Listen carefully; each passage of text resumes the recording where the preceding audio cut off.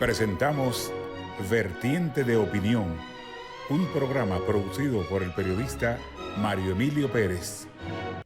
Saludos amigos de Vertiente de Opinión. Hoy tenemos a un habitual de este programa, el ingeniero Guillermo Carán, alto dirigente del Partido Reformista Social Cristiano, con quien antes de entrar en materia hay que mencionar a dos grandes figuras dominicanas, una de ellas recientemente fallecida, creando un luto total en el pueblo dominicano, Johnny Ventura, el rey del merengue, el hombre que más promocionó la música dominicana a nivel nacional e internacional. Esa es una noticia triste, pero hay una noticia que ha llenado de orgullo al pueblo dominicano y fue el triunfo de la atleta Marilady Paulino en Tokio. Esa muchacha ganó 2 medallas de plata, incluso rompió sus propios récords. Lo que ella realizó en la primera medalla que ganó, ella en la carrera a 400 metros, o sea, una carrera no muy larga, se cayó, se levantó y fue rebasando a todas las corredoras rivales y llegó a la meta en primer lugar. Y luego obtuvo el segundo lugar, solamente pudo perder frente a la bahamesa, que es una mujer que tiene un historial olímpico increíble. Así es que el pueblo dominicano se ha volcado en manifestaciones de orgullo nacional por el triunfo y las 2 medallas de plata obtenidas por la dominicana Marilady Paulino. ¿Qué te parece ese triunfo? Usted que siempre ha sido un amante del deporte. Bueno, yo creo que me uno a tus dos puntos. Primero, en la memoria de Johnny Ventura, que lo más destacable en él, alguien pudiera decir que es pues, haber puesto el merengue en la cúspide, pero yo creo que más que todo es su condición humana, de siempre haber apoyado iniciativas, no temerle a la competencia, no adversar, y al contrario vivía alentando a personas que lucían conflictivos en un momento dado a que depusieran su actitud para lograr la convivencia entre todos los seres humanos, en particular los dominicanos. Eso yo creo que es más meritorio que el haber puesto en alto el nombre del merengue. Nunca se le vio en una actitud de rencor, por lo menos en su profesión. Obviamente hay actividades de confrontación natural, que es la actividad de política, y ahí sí tuvo que confrontar. Y en segundo lugar, me solidarizo con el triunfo de Marilady y en general de la delegación dominicana, porque esta madrugada tuvimos bronce en béisbol. De manera que ha sido una presentación de la delegación dominicana que nos debe llenar de orgullo y de satisfacción. Sí. Y ahora entrando en materia política, Guillermo, tú pareces ser un hombre privilegiado en las filas de tu partido como dirigente. ¿Por qué?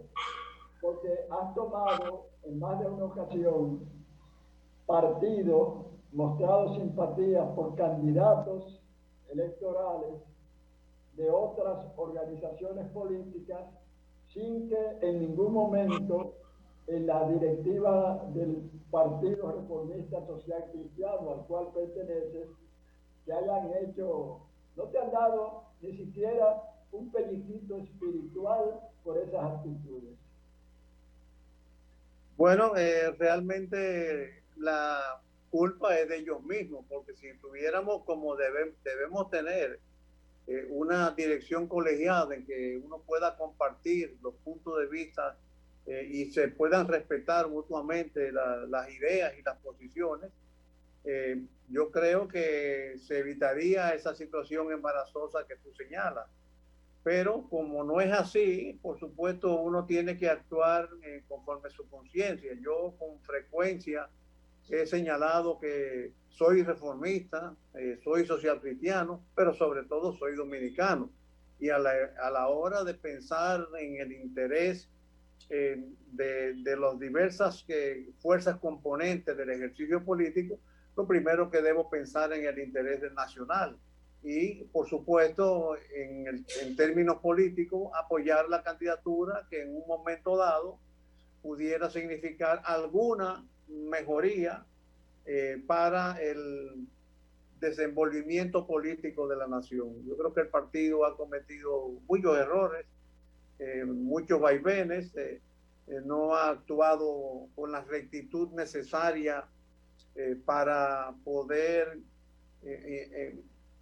marcar su impronta en las presentes circunstancias, un partido que tiene mucho que aportar, porque el reformismo tiene mucha experiencia, mucha tradición de gobierno, y ha contado contó con un líder que reunía todas las condiciones de un líder probado, porque bueno, yo no quiero situarlo por encima de otros, por encima de Peña Gómez, ni por encima de Bosch, pero la ventaja de Balaguer es que además de su formación, de su cultura, de su educación, de su discurso de barricada, de su capacidad discursiva, nos legó una capacidad de gobernar, una capacidad de administrar, una vocación por gobernar que los otros no tuvieron la oportunidad.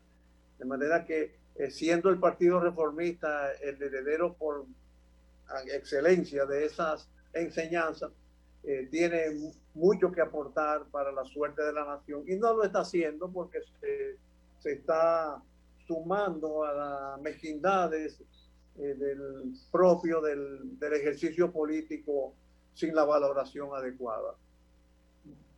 Tú sabes que, al igual que tú, y para satisfacción nuestra, el doctor Mario Rick Vittini, dirigente reformista ido a destiempo, pues fue un habitual en este programa. Y él siempre tenía una especie de leitmotiv, estando Balaguer vivo. Él decía que uno de los errores políticos que más pagaría tanto el Partido Reformista como el país era el hecho de que el presidente Joaquín Balaguer nunca lució interesado, ni siquiera mínimamente, en dejar un heredero de su liderazgo. Tú compartes la opinión de él, que parece plasmarse en el hecho de que ha ido decreciendo el tamaño cuantitativo de su partido. Yo comparto la opinión de él, pero entiendo las razones del presidente Balaguer. Porque, mira, compáralo con los herederos de los otros partidos. ¿Tú crees que Bosch se siente satisfecho de sus herederos que él señaló? Porque Bosch sí lo señaló. En cuanto a que cogió, por ejemplo, a Leonel Fernández de vicepresidente y los demás que después ejercieron el gobierno dentro del Partido de la Liberación Dominicano. Y en cierta forma el propio Peña Gómez,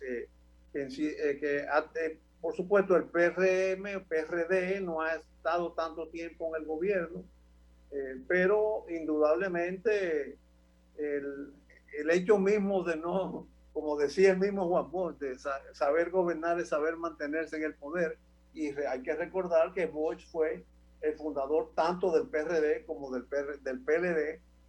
El hecho de que el PRD, después de Hipólito, que no pudo optar por la reelección, que no supo mantenerse en el poder en el esquema boschista, indudablemente te da una asociación de que no debe haberse sentido la satisfacción de vida. Yo creo que los grandes líderes, ese es un dilema muy serio para los grandes líderes, de dejar un heredero. Acuérdate de ese famoso libro de Memorias de Adriano, de Margarita Yourcenar, todo lo que se debatía Adriano en la Roma imperial por decidir quién iba a ser su heredero, si fulano porque tiene mérito militar, fulano porque tiene control del Senado, porque tiene influencia en el Senado, porque es un intelectual, porque es un filósofo, porque se caracterizó por una hacienda privada satisfactoria. Entonces yo entiendo las razones por las cuales el presidente Balaguer no lo hizo. Y no, más bien nos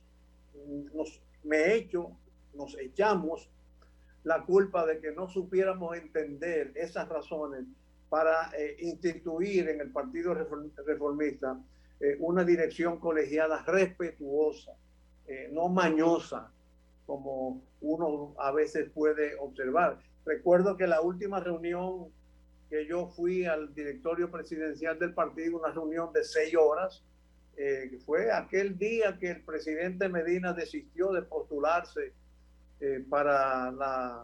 repostularse para la presidencia de la República.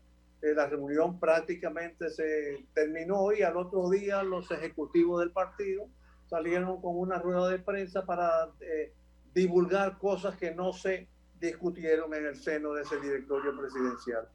A mí me parece que eso no es un comportamiento respetuoso que estimula la acción y la dirección colegiada de una agrupación política. Hablando de política nacional inmediata,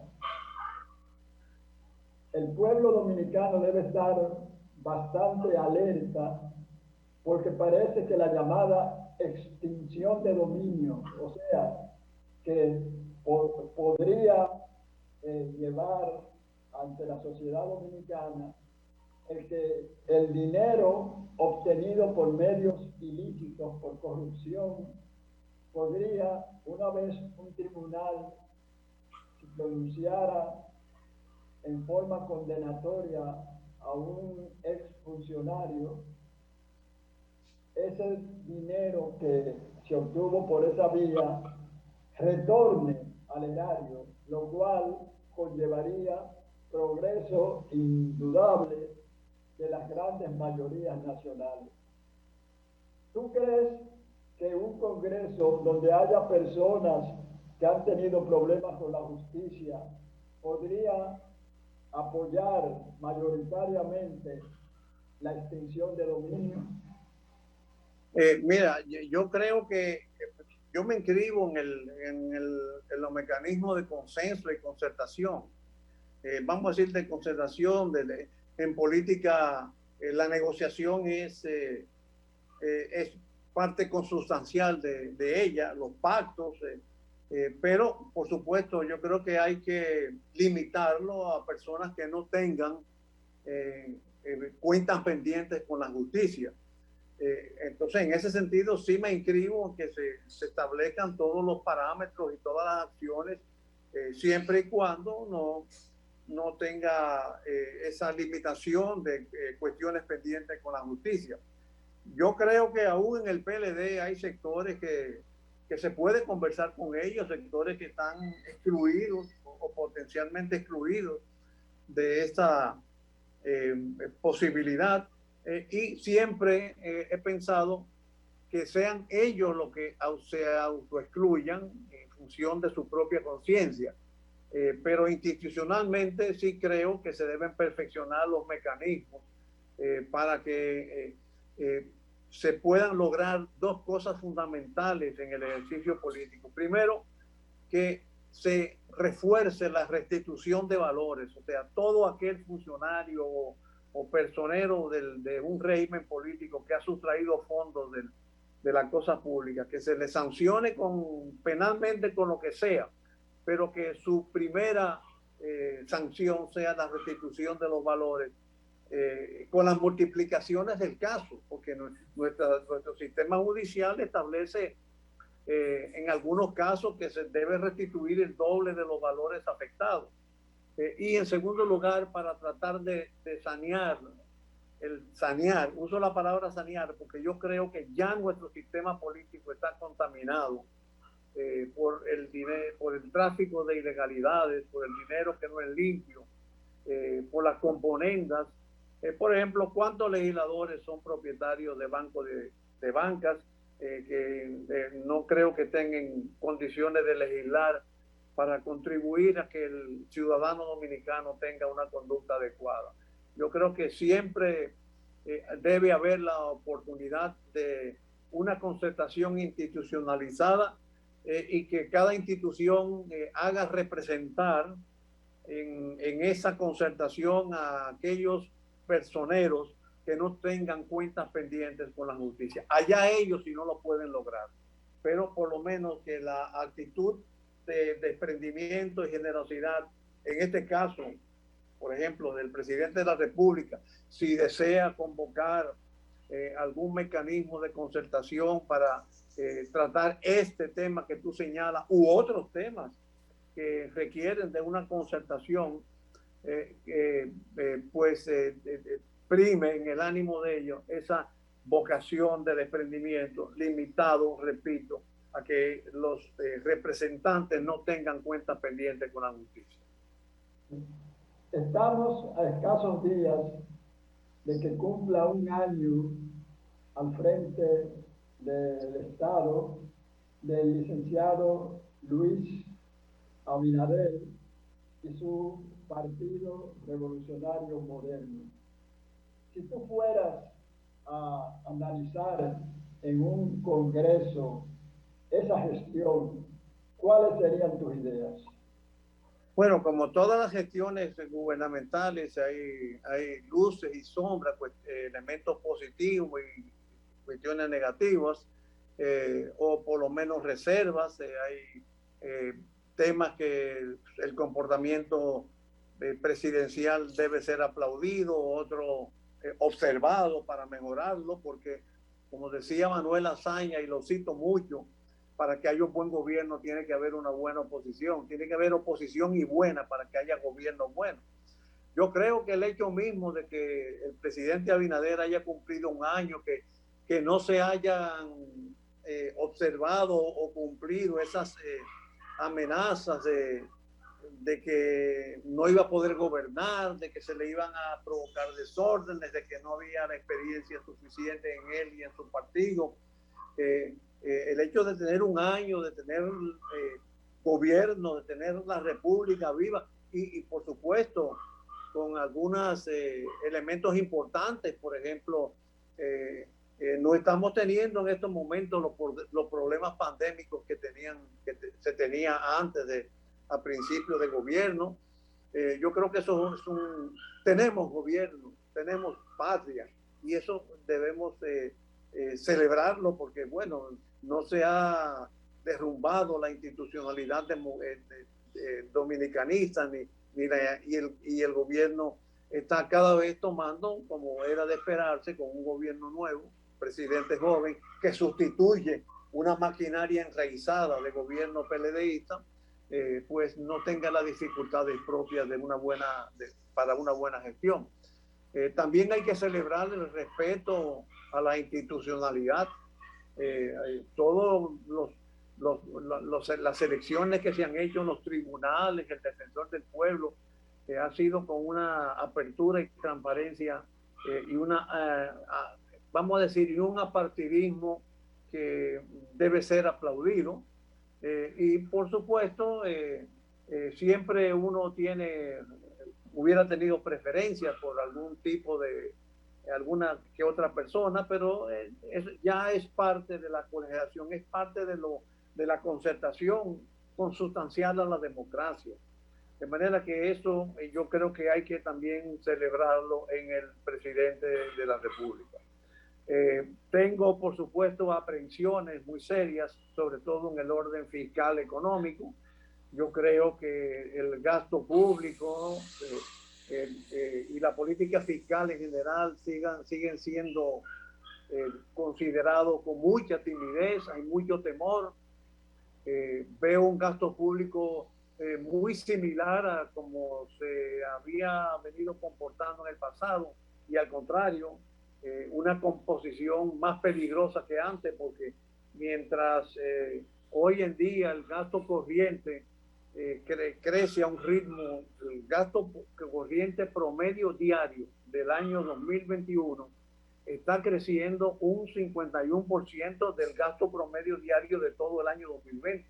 Entonces, un 50% es mucho. Al mismo tiempo, observo o se observa que los gastos de inversiones, los gastos de capital disminuyen. Entonces, una economía, eso no es una composición favorable de una economía de por sí, con una estructura de gastos desfavorable, porque cuando tú tienes una economía que prácticamente la totalidad de las recaudaciones se paga en burocracia, en subsidios y en los intereses de la deuda, como es el caso dominicano, que el 96% de los impuestos que todos pagamos se consume en esas tres grandes partidas. Si encima de ello el gasto corriente está aumentando y los gastos de capital están disminuyendo, eso puede tener una repercusión muy peligrosa para la economía de la nacional. E incluso en términos políticos, yo me pregunto, pero ¿y cómo es que se están disminuyendo los gastos de capital cuando el presidente de la República vive viajando a las provincias, se reúne incluso con juntas de vecinos, que tal vez no fuera lo ideal que el presidente de la República llegara a ciertos niveles de detalle y se reúne y promete obras? Entonces, ¿cómo es posible que con tantas obras que se están prometiendo en el interior del país el gasto de capital esté disminuyendo? Yo creo que esas son cuestiones que deben ser observadas políticamente en el término económico, y ahí se necesita esa concentración a que aludí en la respuesta anterior. Por otro lado, hay situaciones más estructurales del empleo. Estamos teniendo una economía muy informal, una economía donde más de la mitad de los empleadores, porque más de la mitad de los empleados son informales, eso te sugiere que más de la mitad de los empleadores lo son, lo que significa que no tributan, y lo que significa que como no están inscritos en la seguridad social, te mandan servicios sociales al Estado, aumentando el gasto del Estado.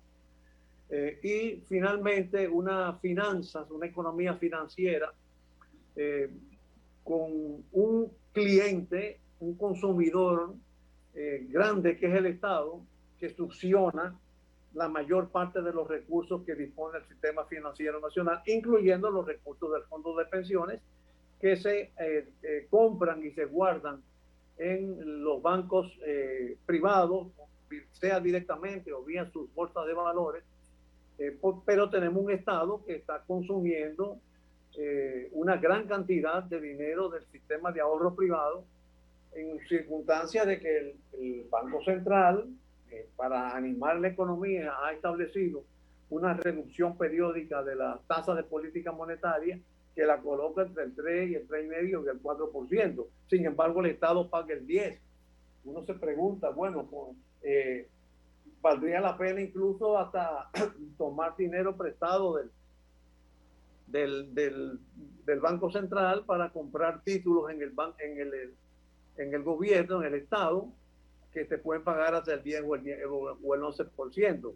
De manera que esas preocupaciones económicas yo creo que pudieron haber sido encaradas con más energía por parte del gobierno. Lo extenso y pormenorizado de tu exposición me pone dubitativo en cuanto a lo que es un estribillo, valga el término musical, de la oposición al gobierno, y es el endeudamiento externo del mismo.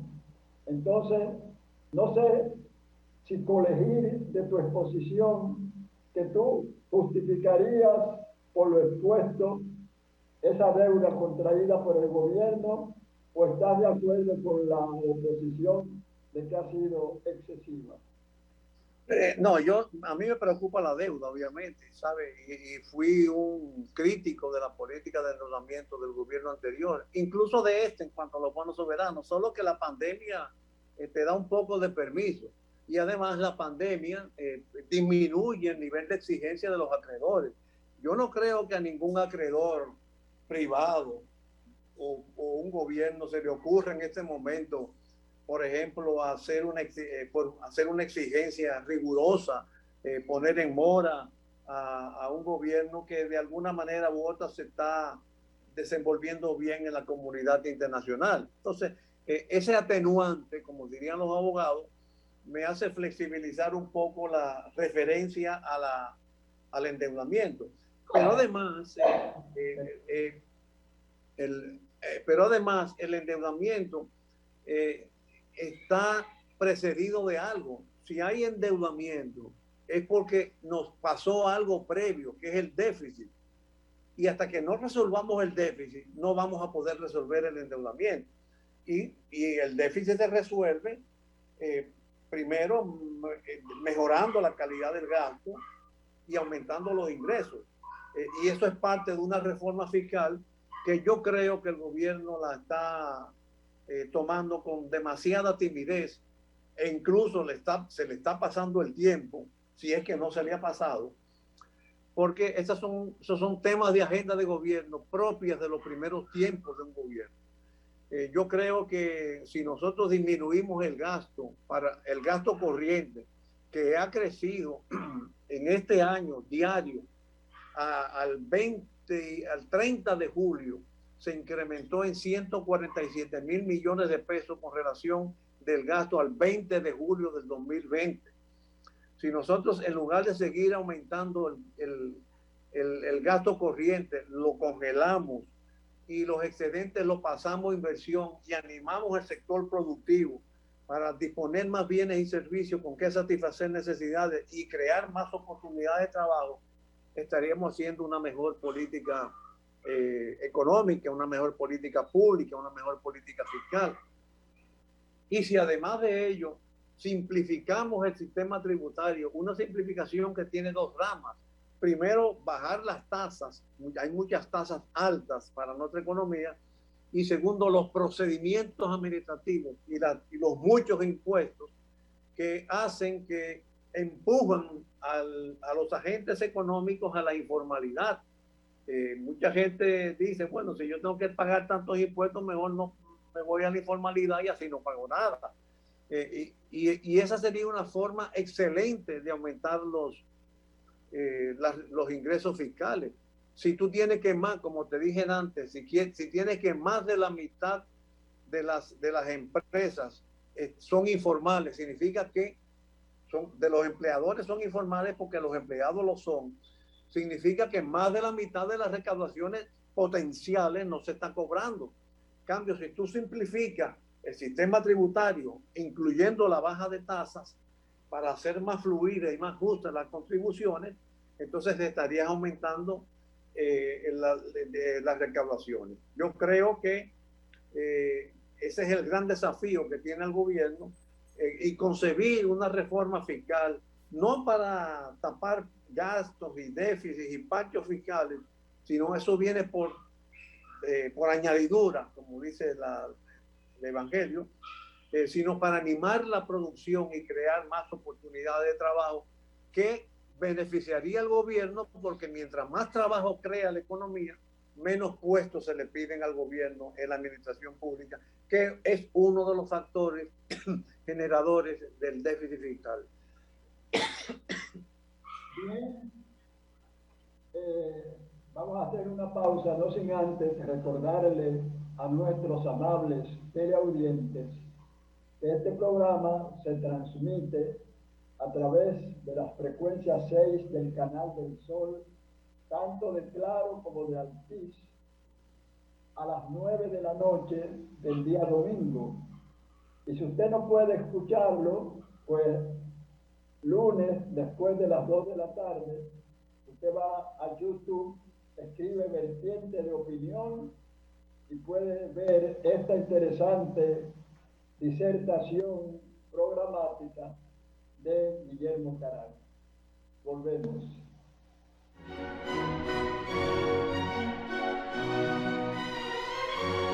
Seguimos este diálogo con un habitual accionista moral de Vertiente de Opinión, que es el ingeniero Guillermo Caram. Guillermo, no hemos paseado contigo cosas raras por la política internacional, en la cual eres un excelente analista, un buen experto.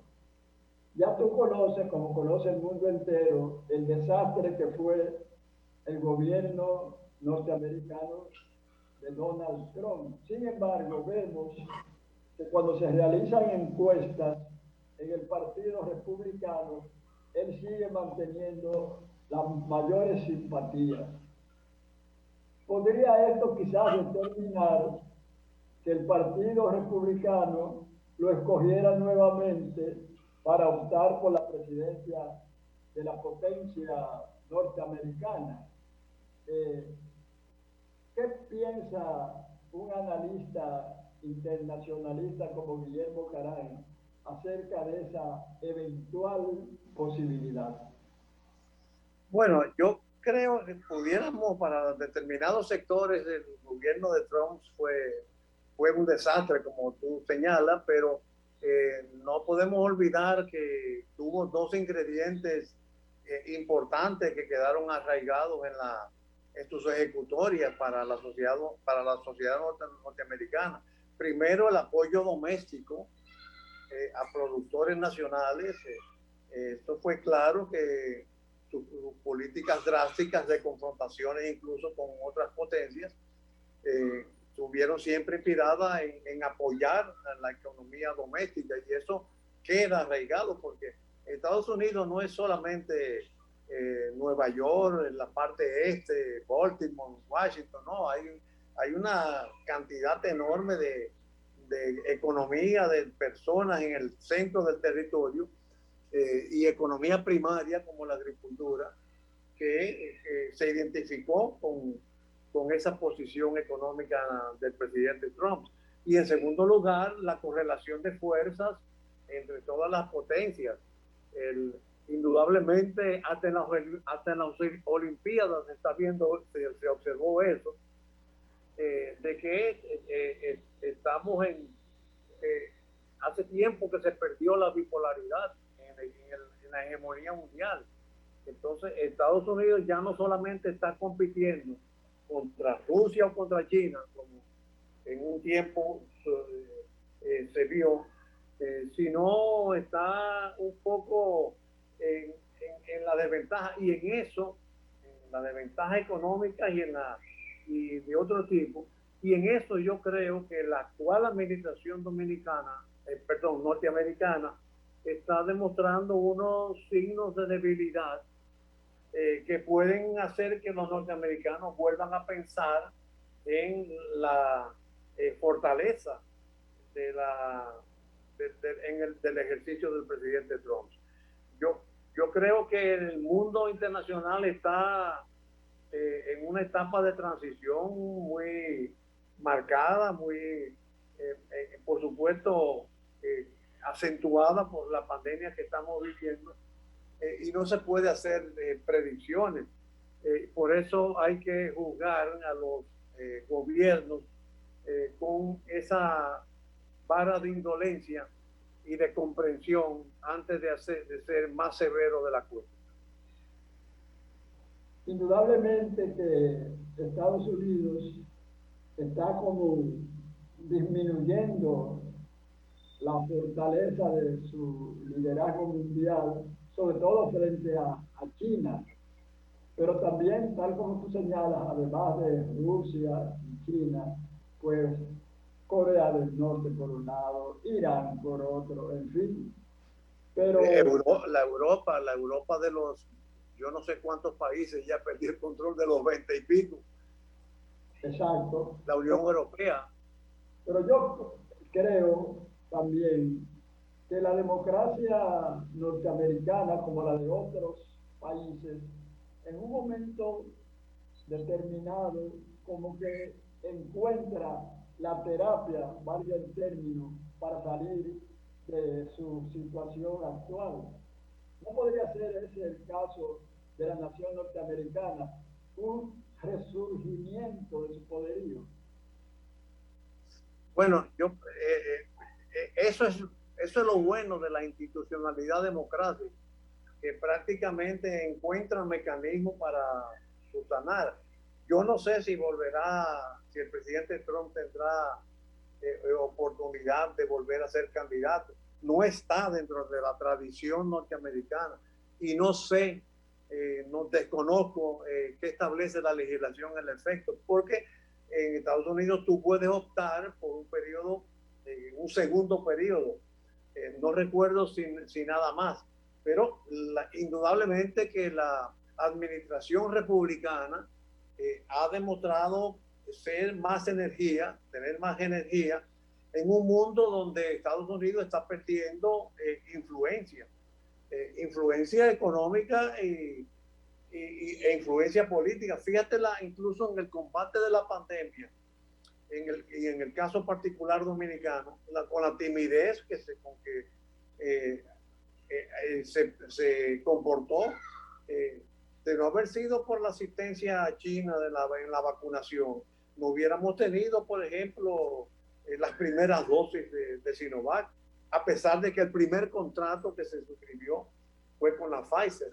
Entonces, creo que ese predominio económico de la atención y la ofensiva china sobre lo económico, sobre lo político, que difiere de la ofensiva soviética, que era primero política y después económica, le está permitiendo ganar terreno a los gobiernos y las naciones que se pueden constituir en antítesis de los Estados Unidos. Y en ese contexto, que lo vive y lo percibe la sociedad norteamericana, obviamente una candidatura enérgica tiene mucho más posibilidades de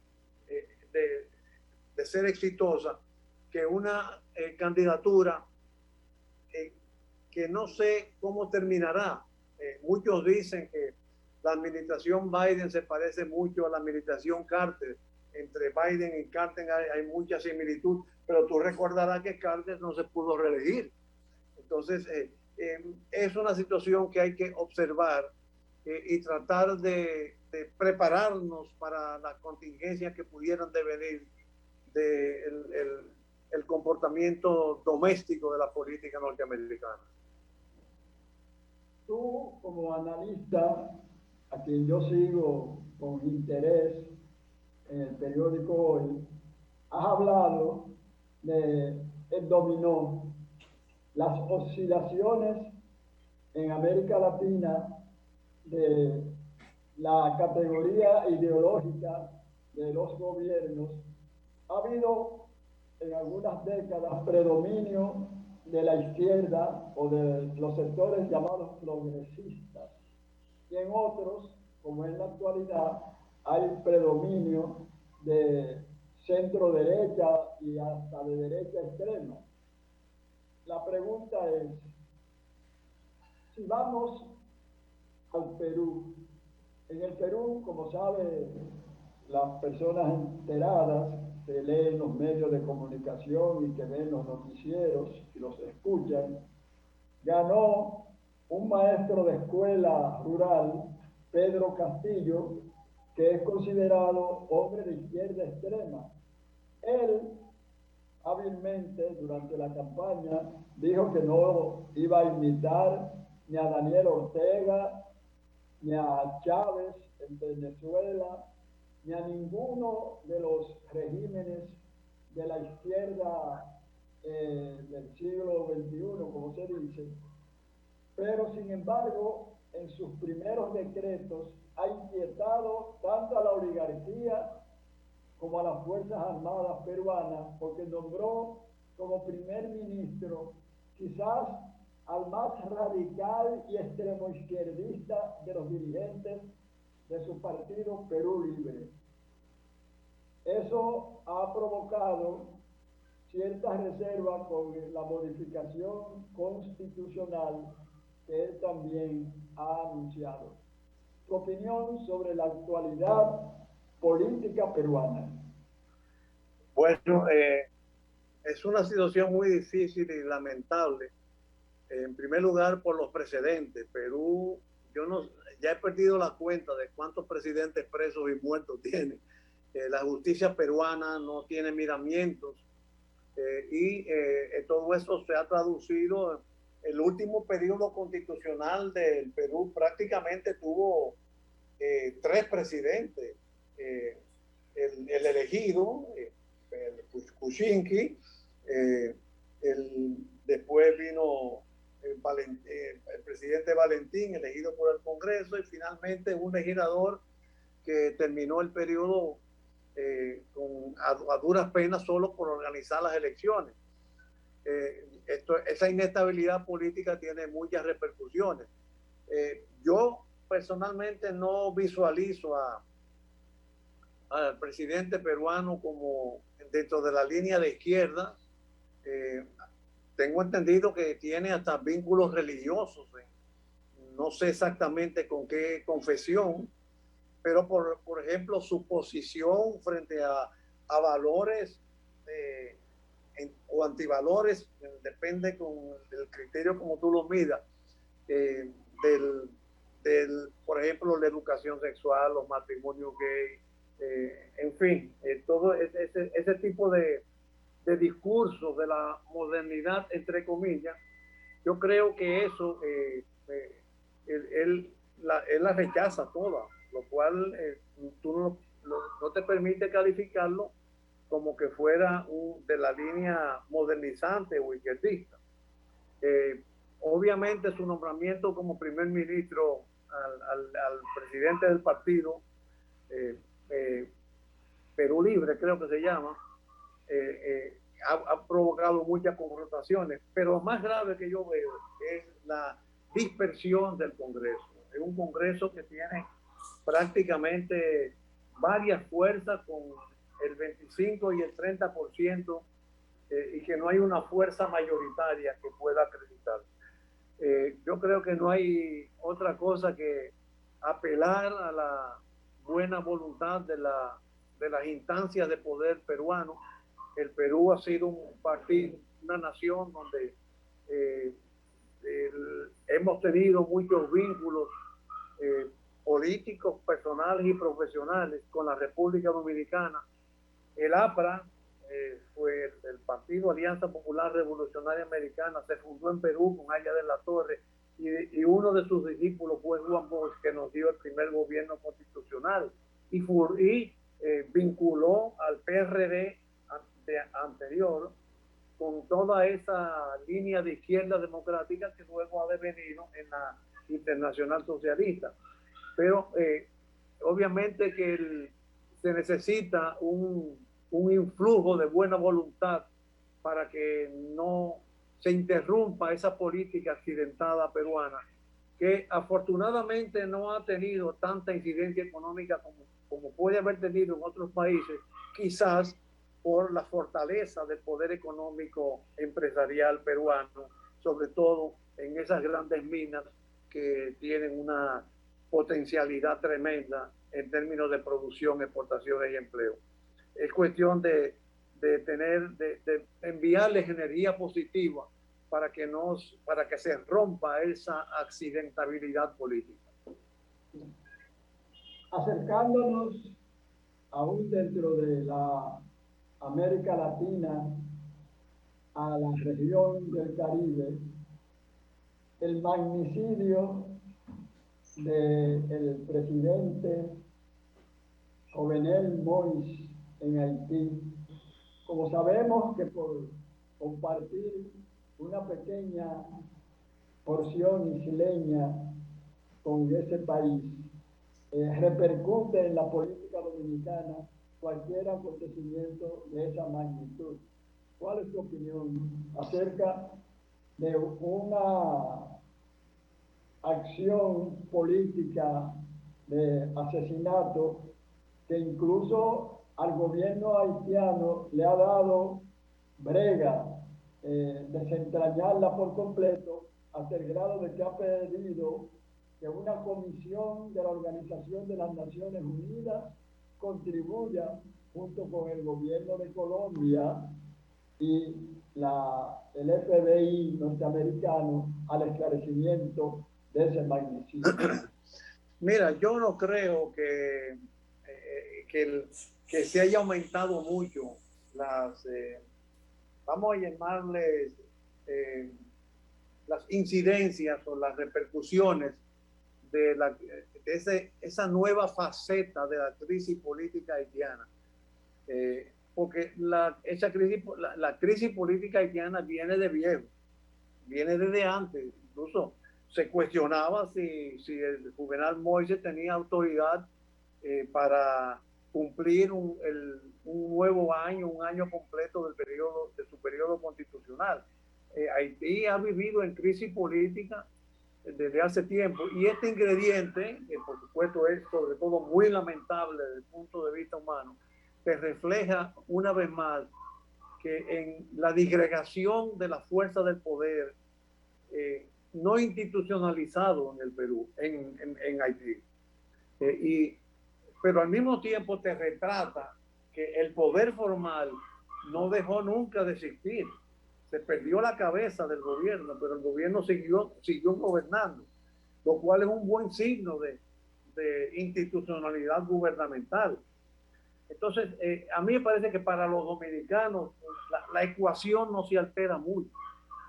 Y nosotros tenemos que seguir pensando en que nuestras relaciones con Haití tienen que estar guiadas por el respeto y la cooperación.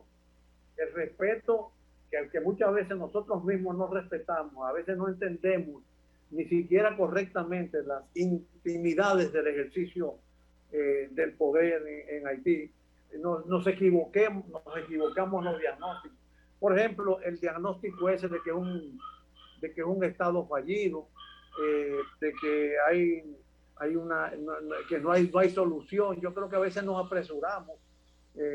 A veces pienso que nosotros tenemos notaciones de ser incluso más fallidos que ellos en determinadas ocasiones. Tú recuerdas que a veces de la frontera, por ejemplo, cuando la gripe había, el gobierno haitiano fue que paró. Ahora mismo con el COVID hubo un momento en que prohibieron determinados movimientos. Entonces tenemos que entender un poco la idiosincrasia haitiana, de respetarla, cooperar para que ellos se desarrollen, y esa cooperación implica la formalización y normalización del gobierno, del comercio. Nosotros no podemos seguir a cada rato, ante cada conflicto, y que cerrando la frontera. No, cerrar la frontera es más peligrosa que mantenerla abierta, en términos comerciales me refiero, porque significa que tú le estás impidiendo el suministro de alimentos y de bienes para que ellos puedan satisfacer necesidades. Yo recuerdo cuando Balaguer, que lo querían obligar a que no le vendiera combustible a Haití, y Balaguer le respondió. Y entonces, ¿qué van a hacer ellos? Van a venir aquí a buscar combustible y van a depredar mucho más. Entonces, me parece que esto agrava un poco, pero no complica demasiado la ecuación, que eso sí, estructuralmente la ecuación tenemos que entender que hasta que no mantengamos un nivel de relaciones respetuosas y cooperantes con Haití, para que ellos resuelvan su problema, para que su economía mejora, para que haya oportunidades de trabajo en Haití y que no tengan que venir aquí a buscar fuentes de trabajo, ese tipo de situación estaría igualmente afectando a la República Dominicana.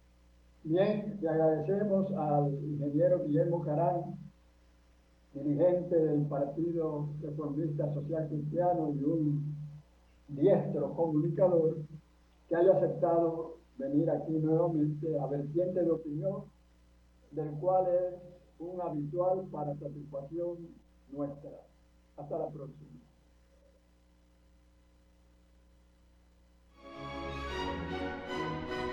Hemos presentado Vertiente de Opinión, bajo la conducción del periodista Mario Emilio Pérez.